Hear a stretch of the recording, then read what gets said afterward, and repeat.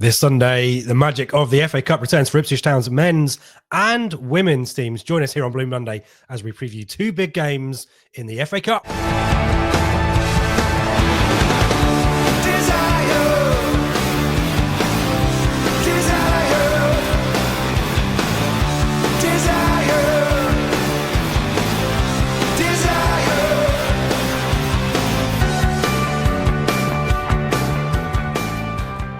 Did I say FA Cup enough times for your liking, Seb? FA Cup, FA Cup. How are you doing? Do you have cup fever?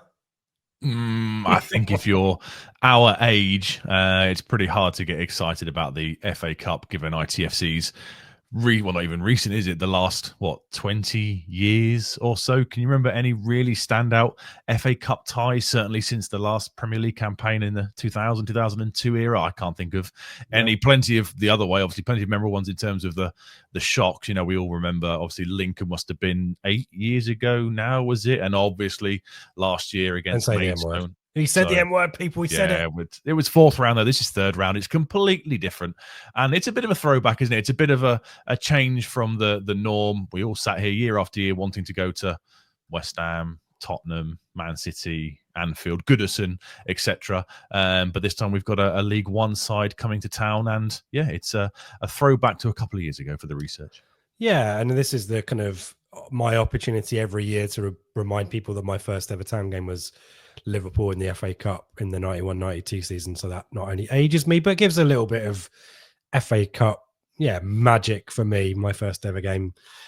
So we're going to preview Bristol Rovers first off. We're going to, it's not going to be as forensic as maybe we normally do. And that's because of obvious reasons. The internet, the world seemingly loves Premier League more than it likes League One. Are they League One, Seb? League Two? League One? They are League One. Yeah, they're League One. It's where we were a couple of years ago, folks. So they're still there. So yeah, that's why. And then second half, I am super excited about ITFC women's draw against Man City. So we're going to try and preview that. We're going to give you a little bit of insight from a tactical perspective, and then I'm going to scare the crap out of everyone by reminding everyone how good Man City are. So,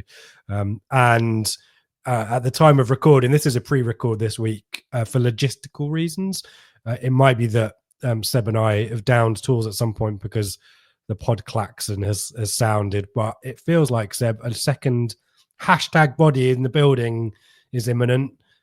We might talk about this at more length, but Jayden Philogene, is that giving you magic feelings? Yeah, very much so. Really excited about that one. Obviously had the flirtation in the summer. The deal was done. It sounds like he was on his way, but obviously Villa swooped in with a matching rights kind of clause, and he ended up going there. And you can't blame him for that. You know, I think he's a Villa fan, if I remember rightly. He's playing Champions League football there. Villa Park's an amazing place to play football.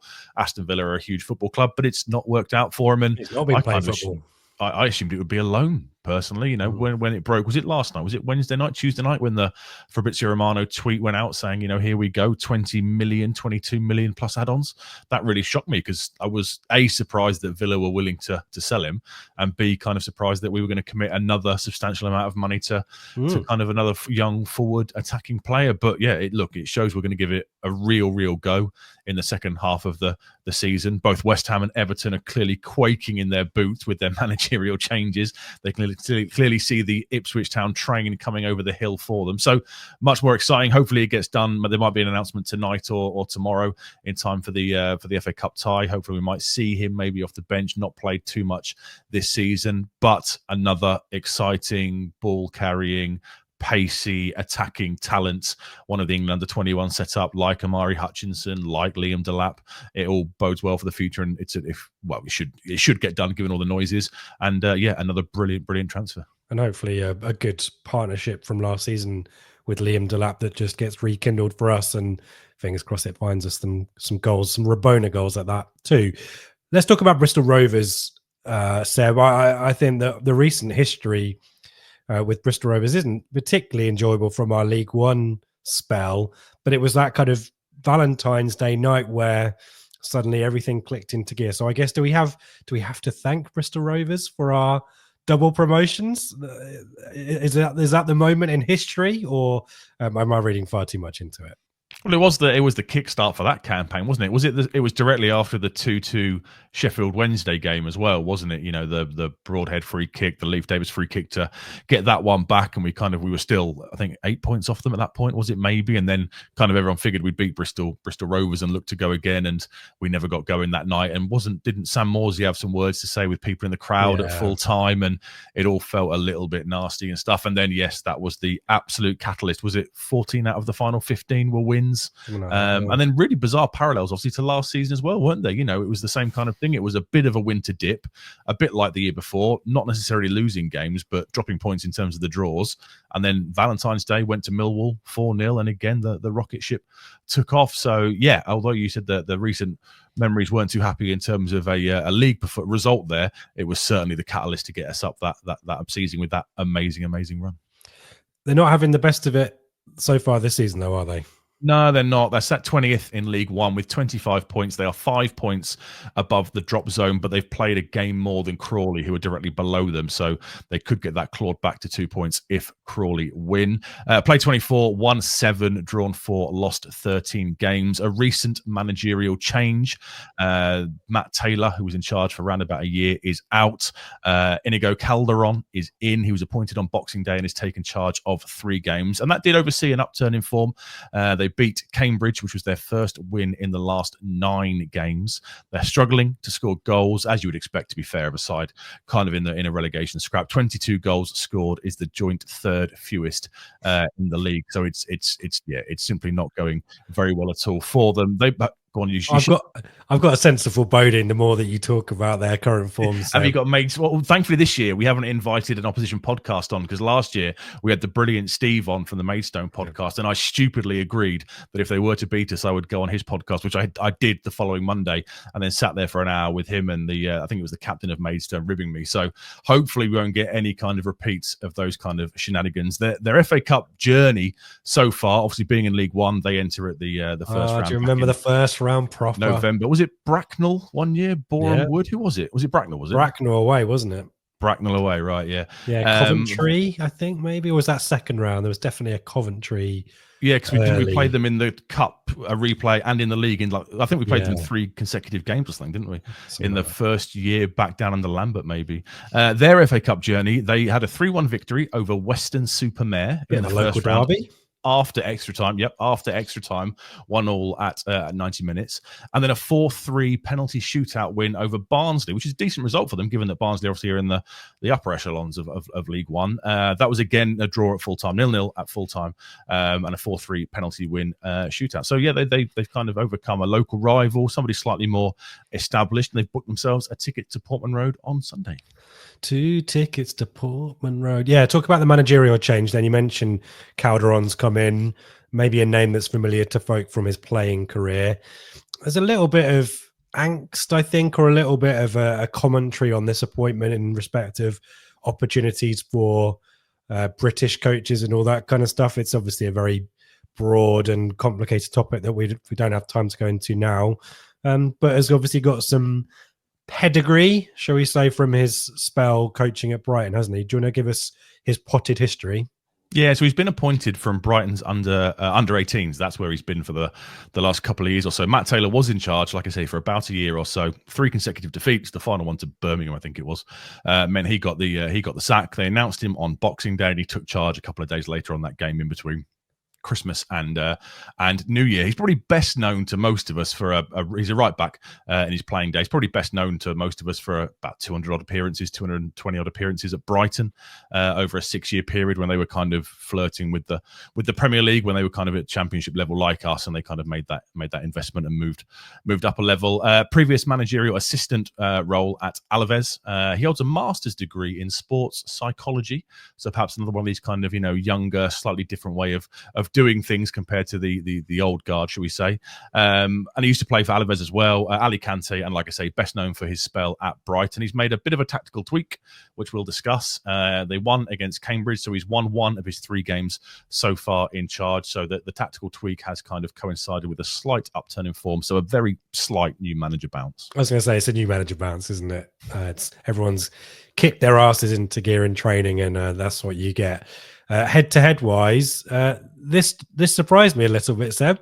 It did me too. Yeah, I had to double check and make sure I hadn't Googled Bristol City. But it is Bristol Rovers. Town have 19 wins, 10 draws, and 16 Bristol Rovers wins between the two. The last time we met them was the very start of the Championship promotion campaign Lovely in the warm League Cup. evening at Portman It Road, was, yeah, August 2023. Jack Taylor and Shawnee Aluko with the goals of pretty straightforward, comfortable 2-0 victory. That was the season we played like Wolves and eventually went out to Fulham, wasn't it? I think in a couple of rounds' time at the start of our Championship campaign. The last league meeting at Portman Road was also a 2-0 victory in September 2022, so a month or two into the League One promotion campaign. Connor Chaplin and Lee Evans with the goals, and we are unbeaten against them home and away in the last 6 meetings, dating back to a 2-1 Bristol victory at Portman Road in December 2019, when I'm pretty sure the post-match would have been that we played excellently, as Paul Lambert would have said. I can't remember that 2-0 victory in September 22. It was a night game. It was under the lights, if I remember rightly. I think I watched it on iFollow or something. I think Lee Evans scored relatively early at the start of the second half. They had a couple of players sent off right towards the end. They lost their heads a bit. I think Joey Barton was the manager, I think, at the time, and they had 2 late red cards, I think. That rings a little bit of a bell. And yeah, that victory, the defeat, back in December 2019 also. I'm going to have to Google that one and find the highlights on YouTube. Do you want to talk us through the tactical switch that you alluded to just before? Yeah, so under Matt Taylor, it was very much a 3 at the back system, a kind of a 3-4-3, wing backs, etc. Calderon has switched it up to a 4-2-3-1, like everybody plays, only for the last 3 matches, however. And their stats are kind of where you would expect them to be for a side that is, fighting relegation in League One. 44% possession is the 4th lowest in the league. They are good in the air. Remember the days of League One with huge central defenders that weren't really able to have technique or trap a ball, like we see in the Premier League. So it's kind of a throwback to those days in terms of the aerial duels. 27-1 per game is the 5th highest in the league. 232 short passes per game is the 6th fewest. They're not overly direct compared to the rest of the league, but they don't make too many short passes. They like to attack down the left-hand side, and they are defensively busy is how I would describe them. They are top of the league for interceptions per game. They are second for successful tackles per game, and they are second for clearances per game. So defensively active would be how I would describe them up to this point in time.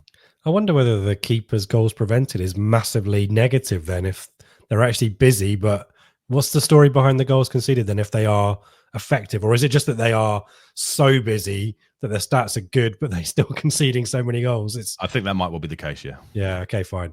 There are some familiar faces in the lineup though, isn't there? Scott Sinclair to me seems like someone who was always on the brink of superstardom. I remember the move to Celtic in particular, but yeah, he's a local boy, I think, isn't he? So he's still around, but there's a few you can still find him names. Do you want to talk us through them? Just like League One, this kind of churn of annual contracts for players who have kind of moved their way down the divisions. They've got an ex-ITFC contingent that I'll discuss in a second. I guess one of the standout names is ex-Budgie Chris Martin. 2 goals so far this season. I assume, given his age, I think he's 36 now, given his age, and they've got an injury to their top scorer, goal scorer, Promise Omikcheri, who has 4 goals this season. He's out with a hamstring, so I presume Chris Martin's probably not going to be able to play a couple of games in a week, given his age, etc. So I think they might start Gately O'Donker. He'll want to play though, won't he? Up front. He will want to play, absolutely. Yeah, he will. But whether or not he can, given their priorities will lie elsewhere, remains to be seen. Scott Sinclair, like you said, the captain, ex-Chelsea, Villa, loan spell, wasn't he? Celtic. 2 goals and an assist. He plays in the left-hand channel of the 4-2-3-1. And you mentioned the keeper. Josh Griffiths is the goalkeeper. He's top of the league for saves per game with 4. So again, he's you've busy done the work, as always. Like the defences. And he's also +3 in the goals prevented stats. 7 clean sheets this season, which is half decent compared to where they are in the league and the rest of the teams around them. And then it's the ex-ITFC contingent, isn't it? So Grant Ward, we signed him as mainly a right winger, really. That's what we saw most of him in. It was kind of a right in a 4-4-2 under Mick, or a right in a 4-2-3-1. He's got 1 goal and 2 assists. They use him as a central midfielder. I think he filled in for us at times in centre mid, but he seems to have made that his kind of home. James Wilson, Player of the Year 2020-2021. A good, solid League One defender, I would say. Was obviously signed on the eve of the first year back down because Luke Chambers got a red card against Leeds on the final day of the 1920 season, so he couldn't play away at Burton. Wolfenden obviously came into the side, and Toto Nsiala got injured, didn't he, right on the eve of the season? So we signed James Wilson short term. He was pretty decent. He was pretty solid, pretty dependable. So he got himself a couple of years on the contract. He's top of the league for interceptions per game and has played every league game so far this season for them. And then Luke Thomas is the third name that some people might remember. Alone in the second half of 2021, 2022, came in with Troy Parrott, Josh Harrop, that window, yeah. 1 goal and 3 assists so far for Bristol Rovers. Plays on the right of the 3 behind the striker. Wilson went to Plymouth after us, didn't he? He did, yeah. He's probably that part of the world, I guess. It was strange when he left. It's weird that a player of the season kind of departs on a freebie, kind of FC mutual consent.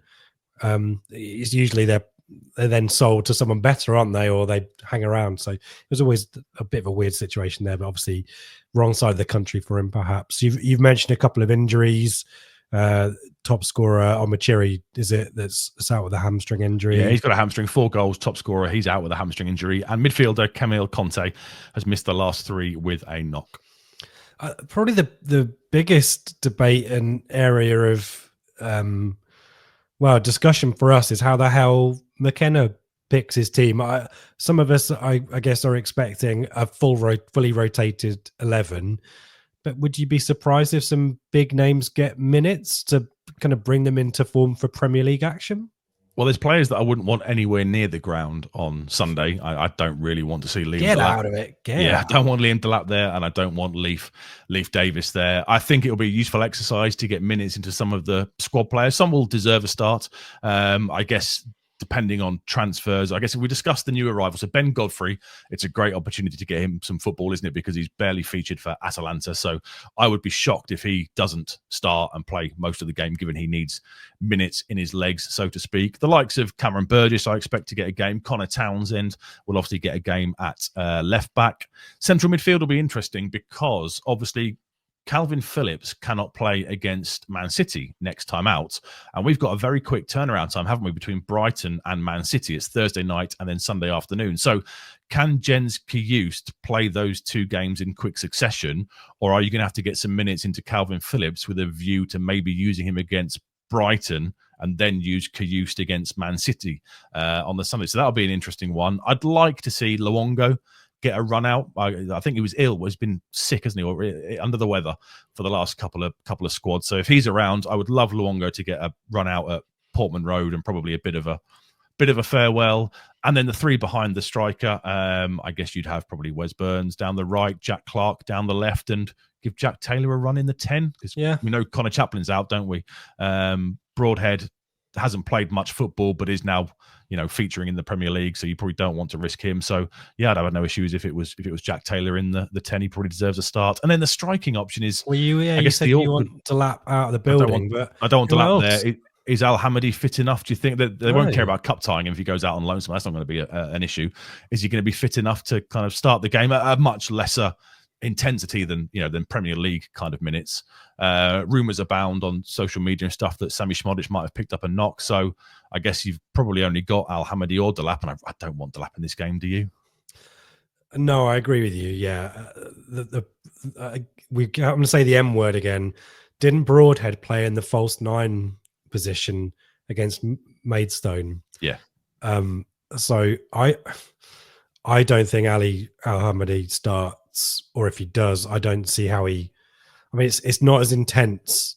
He's not need to high press Bristol Rovers, is he, and try and force mistakes like Liam Delap does, and what we need him to do when he comes off the bench. But it's a different game, and one where we're going to, for once this season, dominate the ball, and therefore it's maybe an easier gig for Al Hamadi. But I just wonder whether you stick Broadhead up front. I know that. Well, one I might throw at you. We have heard Kieran McKenna mention in dispatches that Wes Burns can play through the middle. Really? So is there a world where Philogene plays on the right and Wes Burns goes central, maybe? As a, in reality, it's a 5th choice option, isn't it? But that's just a potential thing as well. Maybe Burns through the middle. Philogene gets some minutes. He's not played much if he signs, obviously. Down the right-hand side, perhaps with Clark on the left and Taylor more central. Maybe, I don't know, but I wouldn't want Liam Delap or Leif Davis involved in the game, to be honest. Give them a good, decent break before Brighton and Man City. Fair dues. If you've got any thoughts on what your town team selection will be, let us know in the comments. Match predictions as well. We're not live this week, so we can't go to you for your match predictions. So I'd put them in the chat too. I guess we'll be back on Sunday on the Flagship show to go through it. I doubt we'll go kind of blow by blow. I mean, hopefully it's... should we do predictions for this one now? So should we deal with the men's and women's game predictions distinctly? Do you want to give us your predictions for Sunday? We can do. Sorry, just one I forgot to mention to you. What would you do in goal? I would play Muric. Yeah, same. Yeah, give him a game to keep him ticking over. Yeah, okay. Ideally, we're in agreement on that one then. Yeah. It'd be interesting to see if he goes short, passes out short, given Walton's been going long since he's come back in the team. Yeah, what would your prediction for this? It's difficult to call. We've kind of got some scars, haven't we, from maybe underestimating or going into games in the cup against lower league opposition in a bit of a complacent manner. I would hope that McKenna doesn't want to do that again, because I think a defeat in this one is not particularly helpful for us. Like in the championship, when we are so good and we've rotated so much, we can kind of disregard it. It's not the real quiz. Whereas we're, second favourite in most of the games we play in the Premier League. A confidence booster feels like a must in this one. Are you kind of looking for a 4-5 situation, Seb? I think it will be a 2-0 professional job done. We beat them 2-0 in the cup last season, beat them 2-0 in the league last time they came. I think a pretty comfortable 2-0 and a useful opportunity to get minutes into certain players' legs and to kind of, restore a little bit of, not confidence, but, to give the crowd a bit of positivity and stuff, given we've only beaten Chelsea at Portman Road so far this season. So 2-0, comfortable, professional, I think would be the word to take away. Doesn't sound particularly sexy, but a win's a win, isn't it? And as you say, get through it unscathed, get some minutes into people and, reset for Brighton next week. Good stuff, Seb. We'll be back after this to talk about ITFC Women. Blue Monday is proudly brought to you in partnership with our friends at Atwell Solicitors, your ideal legal partner for work on property or business law. Their client care has repeatedly been recognised as outstanding, and they are people-focused with a plain English approach which sets them apart. They have offices in Ipswich, Colchester and London, and to find out more, head to atwells.com. Thank you to Atwells for their support of the podcast this season, and One Stop Badges too. You won't find Seb and I in the ground pre-match on Sunday. Well, you will find us in a ground, but it will be in Manchester rather than Ipswich. So Joe and Dave are the people to go and pester if you want a limited edition Blue Monday badge. But if you want one for your company, brand, charity, your podcast, whatever, head to the link in the description, both on YouTube and on the podcast, and avail yourself of the 10% promo courtesy of our friends at One Stop Badges. Also, Brett Vale Golf Club, fantastic. It's not the conditions for it at the moment, might be a little bit firm, but when it starts to warm up again, do head to Brett Vale. If you are a member of the Telegram group, you will have heard in advance spoilers for our next pre-match show. We need to figure out our format for next week, by the way, too. I doubt there'll be a pre-match show for Brighton. I suspect it'll be dealt with as part of the Flagship.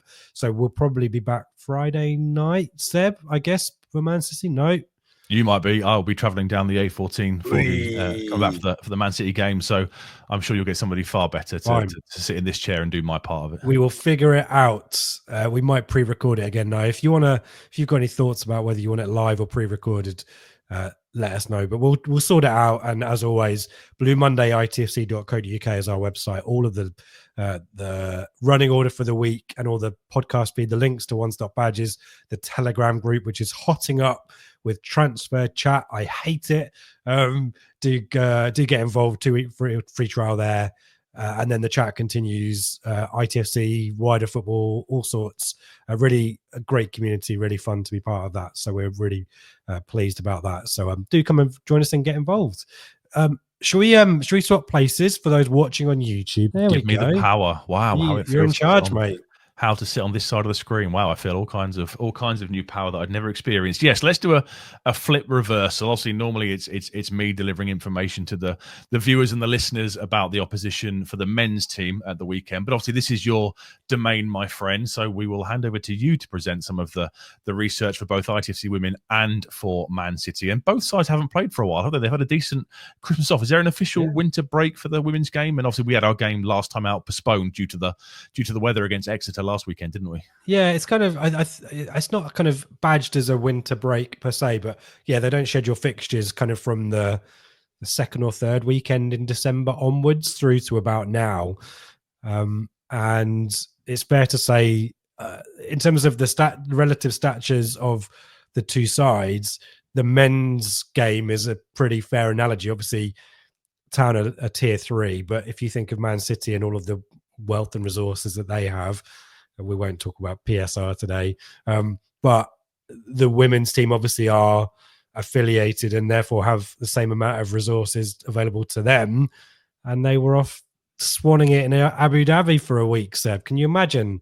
Yeah, so up here in the northwest, yeah, we've currently got, I think it's -5 at the moment. It stays at -5 till 9 o'clock tomorrow morning, and obviously they're all off sunning themselves in Abu Dhabi. What's better, do you think, in this instance? Is it better to go away for a week and have some lovely heat and then come back to an absolute culture shock of -3, -4 degree weather? Or do you want to stay here, train like Rocky in the snow in Rocky 4 to get yourself ready for the big event? What's the better way around to do it, do you think? Yeah, I'd be punching huge slabs of meat in a warehouse, definitely. Yeah, it's an interesting thought, isn't it? I actually sent a message to Lucy O'Brien and asked her about what she thought about this, and I think if you had a choice, you'd go to Abu Dhabi, wouldn't you? Let's be clear. But actually, it'll be interesting to see whether the City players reacclimatise to it. I think they come back probably to today as we record on the Thursday, or tomorrow. They might already be back. But we've all had that situation where you get some winter sun and you come back and you land in Stansted or any airport in the UK, and you've gone from 20 degrees to like 0, and it's freaking horrible. So it will be interesting to see whether that has any impact at all on Sunday. I quite like the fact that we've been, toughing out the conditions in Playford Road, and probably indoors, let's be clear. But I do know that Joe likes to get the girls out on the grass, as it were. So we'll stick it to them, and maybe a little bit of the conditions might be a leveler. And obviously, it's not the first time we're meeting, and not the first time we're meeting in this competition either. We have met in the past. It was a long time ago now, wasn't it? I always think it was a couple of years ago, but it wasn't, was it? It's nearly 5 years ago now was the last time we made the trip to Man City. How did that one go for us? Yeah, no, it went as you kind of would expect it. I mean, a Town, I'm trying to remember if they'd been promoted at that point. I don't think they had. So they were tier 4 at the time. And City at that point still had the stature of club that they are now. You know, we'll talk about some of the names that were featured that day, and therefore the odds were never in Town's favour. And yes, City ended up winning it 10-0. And you know, at that time the game has moved on quite a bit, and obviously Ipswich have progressed, really significantly in the intervening few years under Joe Sheehan since that 10-0 defeat. But nevertheless, games like a 10-0 is not uncommon, and Town have handed out some beatings. I think they beat Norwich 10-0 away in the very next game after that City Cup defeat. So they happen, and it's all part of the learning curve. It was a really young team. They went on a really great cup run, won a couple of giant kills in there as well. I think Huddersfield away rings the bell. I think Maddie Biggs scoring goals. So it was always going to be a daunting prospect, but it would have really helped the girls understand the level, and the club have grown and gone from strength to strength ever since, and it'll be really exciting and interesting to see how it plays out. We need to be really clear. City will be the odds-on favourites for this. The fact that Town are top of the league, we'll talk about state of play, but if Town get any kind of result, that's massive. That's huge. So it will be a case of making the game as competitive as possible and seeing what luck we can get on the day. You just hinted at it there. Tell us about the state of play for both ITFC Women and for Man City. Yeah, so in terms of Town, the league table makes really happy reading. Top of the league on goal difference at the moment, but with 2 games in hand on hashtag with it, who are the team in second, including a game against hashtag to play. 1-9, drawn 2, and lost none of their games in the league. Only one defeat in the League Cup this season. I think to hashtag, a bit of a grotty 1-0 own goalie game. So, really marginal situation that has led to Town's only defeat in all comps this season, plus 47 goal difference, 52 goals scored, and in the last 5 in all competitions, they've won 4 and drawn 1. So in terms of going in to this game with some confidence, the season to date definitely gives that. In terms of City, second in the WSL, Chelsea off like a train under their new manager, and they're 6 points behind, but they are 1 point clear of Arsenal in third.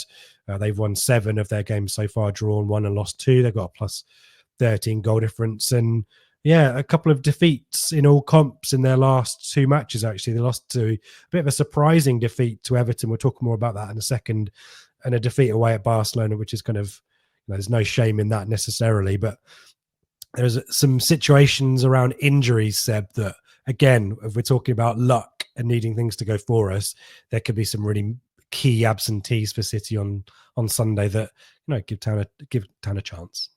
And last time out for the women, was it the last game was the cup game to get them to this round, wasn't it? Yeah, it was. Yeah, the Bournemouth game, and 1-0. Bournemouth also, I've talked through Town stats there. Bournemouth, I think, have basically got a comparable record, the level below. I think we beat them 4-0 in pre-season, and they've certainly improved since then. And it needed a Sophie Pescott goal. I think we dominated the game. To be fair, it wasn't one that I don't think I was around. I was moving house at the time, so I missed that one. But Sophie Pescott with the goal, doing what she does.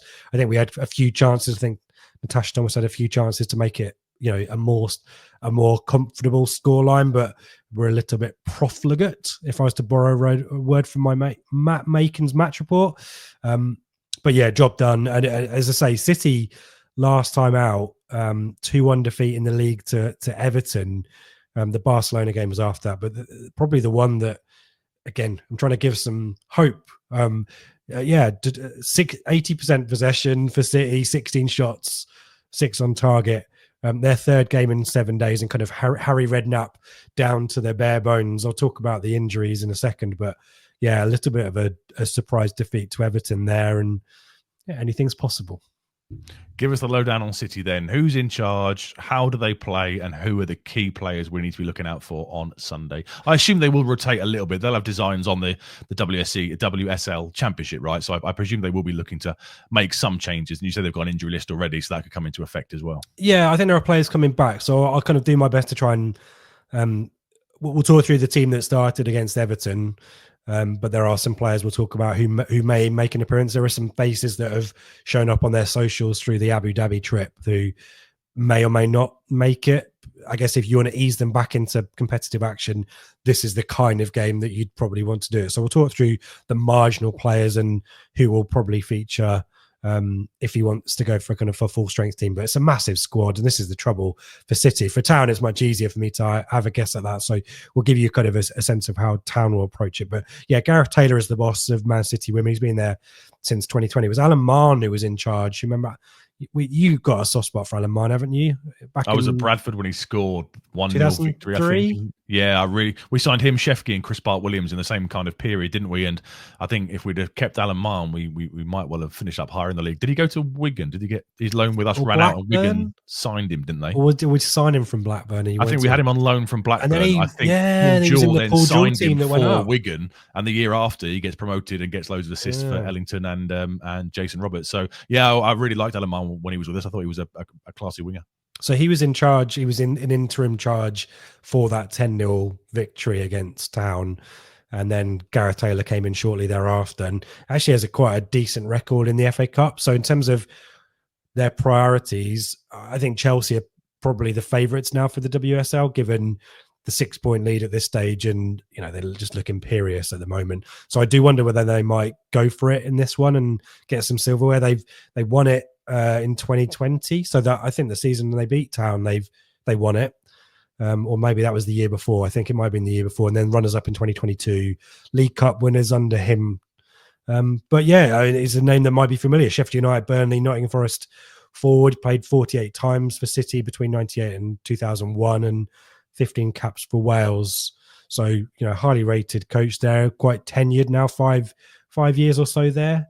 Alan Mahon was at City until the summer. He had 10 years as a coach there and then departed in the summer. But yeah, Gareth Taylor's the main man there. I was going to... Do you want me to do a lineup quiz for the 10-0 game very quickly or not? Fair play, sir. You've caught me out with that one. Yeah, I've put it in there and just forgot to mention it. Yeah. I'd get one or two at most. Before I talk about the kind of the class of 2025, it's worth noting some big names in this team that played Town or were in the squad. Georgia Stanway scored a hat-trick in the game. There was a couple of players, other players, Jess Park and Pauline Bramer, who scored hat-tricks too. But the City's team had Demi Stokes, Steph Horton, Stanway I mentioned, Kira Walsh, best midfielder probably in world football at the time. Lauren Hemp, we'll talk about her in a second. Laura Coombs, Ellen White was on the bench. Jill Scott was on the bench. These are household names now thanks to the Lionesses. And it just kind of shows you the level that Town were up against on that day. And only 3 of that match day squad for Town still remain. Sophie Peskin, we've talked about her, Natasha Thomas as well, Eloise King. Those were the 3 players that remain with Town. So again, an example of how Town have evolved under Joe Sheehan in that time.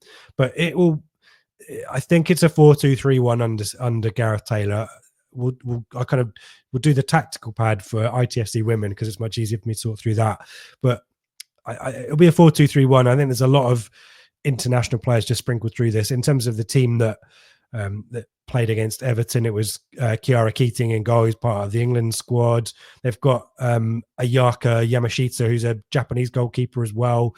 They've generally fought out. She hasn't played, Yamashita, since the defeat to Chelsea earlier in 2020, sort of the latter end of 2024. So I'd expect maybe Keating to play. Obviously, it's rotation. We don't really know what's going on there. So maybe she comes back and it's kind of like the Muric situation for the men. But, the back 4 against Everton, Kasparov, Alexandri, Kennedy, Uabi, these are all internationals for Spain, the Netherlands, Australia, a really strong kind of metronomic central midfield of Jill Rord and Yui Hasegawa, Japanese and Dutch internationals. You've got kind of the bright prospect for the England team, Blynn Kilder-Brown, who came through at Villa. Quite a marquee sign. It's not big fees chucked around in the women's game, but she was a January deal for City from Villa. And she got this time last year, and got her first call up to the Lionesses late last year. Jess Park is still around. Fujino, Japanese left winger, and then Mary Fowler is probably the form player at the moment. I think she's up for the Fans Player of the Month in the WSL, but scoring goals, scored a couple of goals, scored in, I think, the consolation goal against Everton. But in terms of the rotations there, but I kind of listed the stars of that 10-0 team. In terms of players that people know about, Chloe Kelly isn't getting game time there. I think she's fully fit. I don't think there's any issues with her fitness, but she's out of contract in the summer, and therefore I think there's a little bit of posturing about sign a new deal, or she was saying there's no contract for me. So that's a name that people scored the winning goal in the Euros and now can't really get in the team. She's making sub minutes. That's the kind of player that might feature against us on Sunday. And we know all about her with massive pace, really fierce shot. But, this is telling the story when Chloe Kelly can't get in the Man City team. In terms of absentees, and some really big names here too. So let's go through these. Alex Greenwood, again, England centre-back. She's had knee surgery. She had a really serious MCL injury, so she's out for the season. That's a huge loss for them. Vivian Miedemar just can't catch a break. This Dutch legend. She's only 28. Feels like she's been around forever. 96 goals in 120 appearances for the Netherlands, 100 appearances for Arsenal, 80 odd goals. An absolute legend of the game. Joined City in the summer. Perhaps a major factor in Jonas Eitvall leaving Arsenal as he did at the start of this season. So, a player with massive pedigree, but just can't get fit. And she's been out with a knee injury. She may be on the periphery on Sunday. as might Lauren Hemp, former Norwich youth player, born in Norfolk, played in that 10-0 game, I think, has a knee issue, but just an assist machine and over 100 appearances for City, 43 goals, scores, creates goals, but she's a doubt with a knee injury. Bunny Shaw, big name as well, international teammate now of Natasha Thomas for Jamaica. Just unbelievable stats, 59 goals in 66 appearances for City, 57 goals in 44 appearances for Jamaica at international level. She's an absolute machine, but she's had a couple of kind of injury situations. I think it's a knee injury. She had a foot injury in the last season, and City were top of the league and ended up losing out to Chelsea on the very last day on goal difference. If they'd had Bunny Shaw for the rest of that season, maybe they might have won the league. But those are the kind of big names that people probably know of, and I guess potentially positive news that they may not feature, they may not be around, but it's not as if they're they're lacking quality in the starting berth. So I think there'll be internationals galore, whether they rotate or not. What about the key stats? You managed to find anything out for us about what Man City do, how they play, etc.? Is it similar to kind of Pep Guardiola's male side in terms of very possession dominant, or? Yeah, it is. Yeah, I mean, it's difficult. There are some websites that have WSL stats, but the two that jumped out for me: 65% average possession in their games in the WSL this season, nearly 90% passing accuracy. So that tells you the story.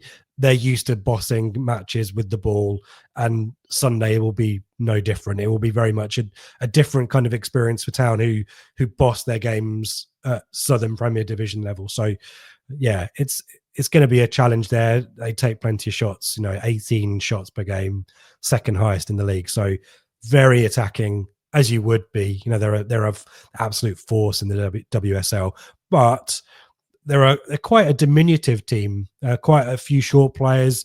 I wonder whether the physicality is there. Not great for aerial duels. And there's some height in the Ipswich Town team, not least Natasha Thomas leading the line, but the likes of Megan Waring, Leah Mitchell, which might mean from set pieces there's an opportunity there for us. So could be keep the ball in the sky, but that's not the way we play.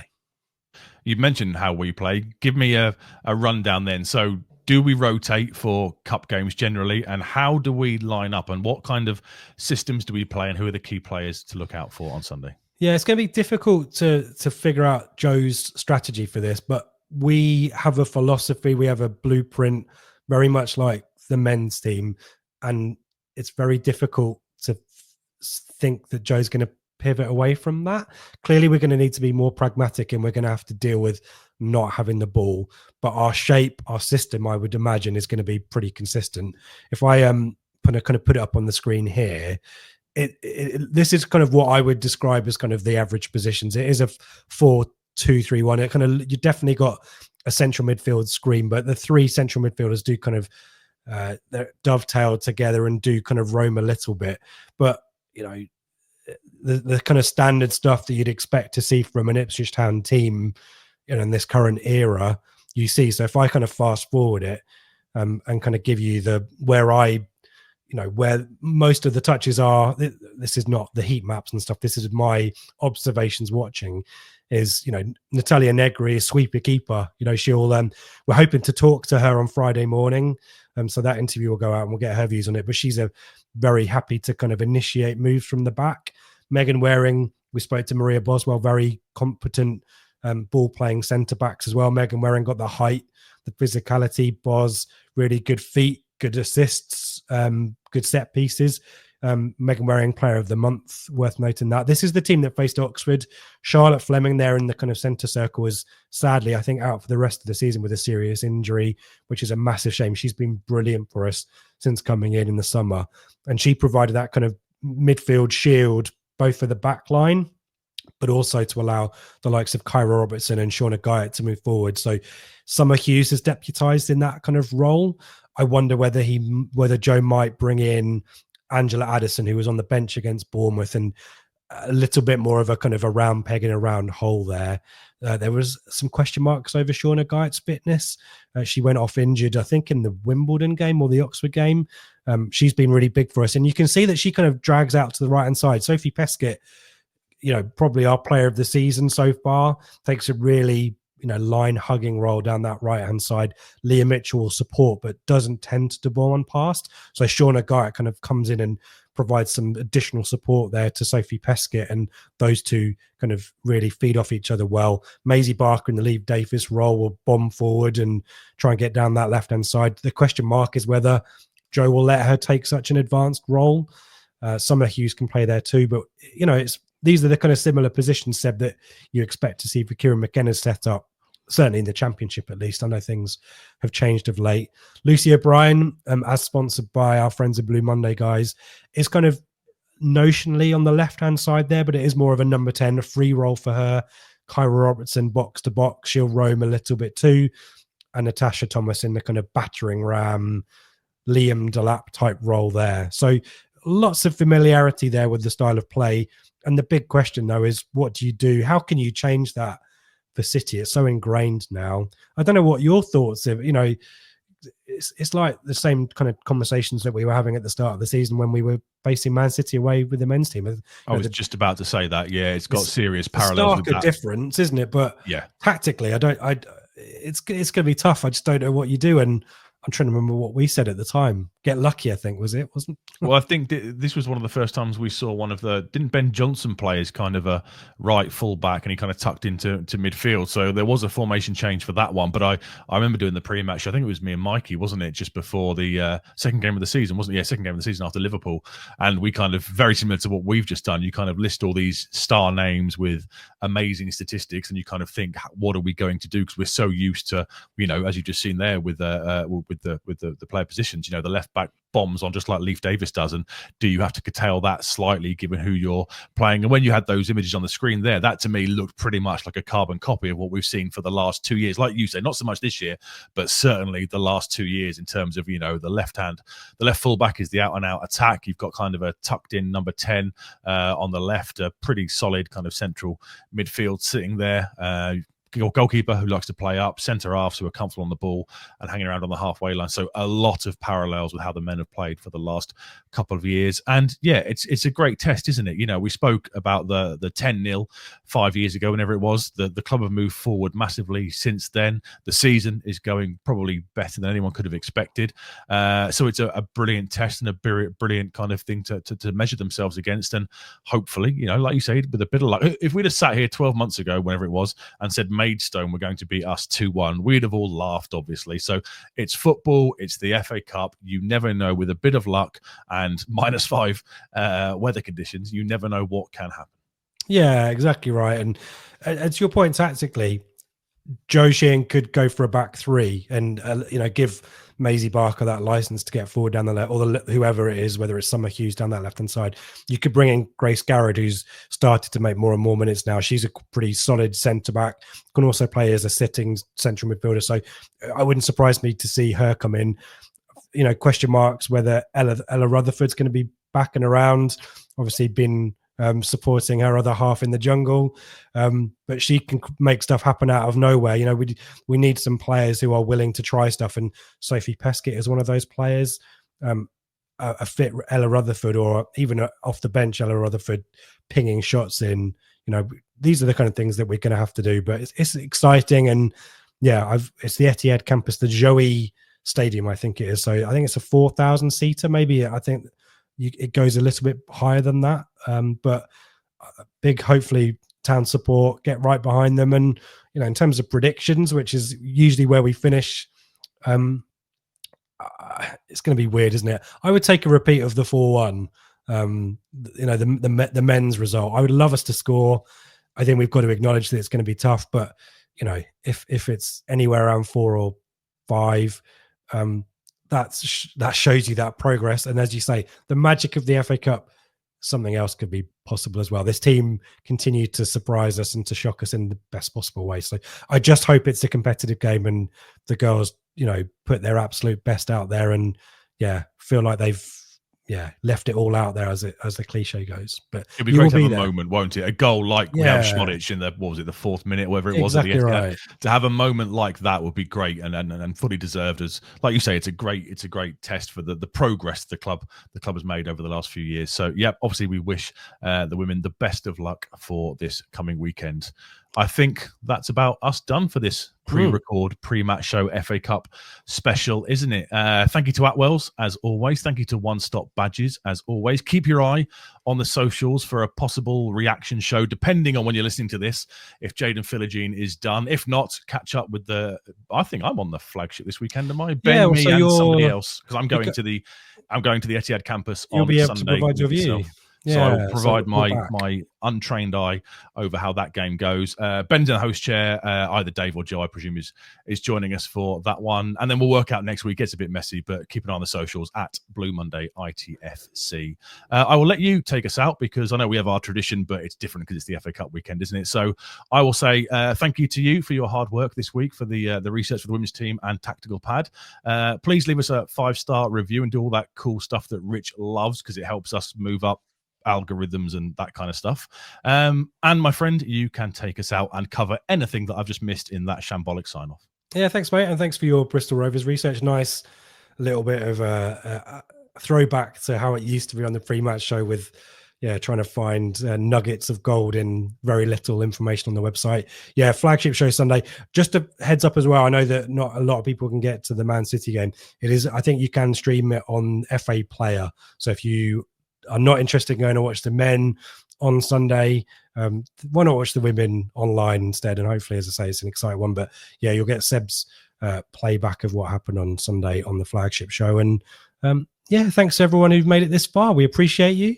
And we'll see you next week at some point. We may or may not have to press stop on this one and then talk about Jayden Philogene. But yeah, nice break from the league. We'll be excited to talk about that. And for the men against Bristol Rovers, for the women against Man City. Come on, you Blues!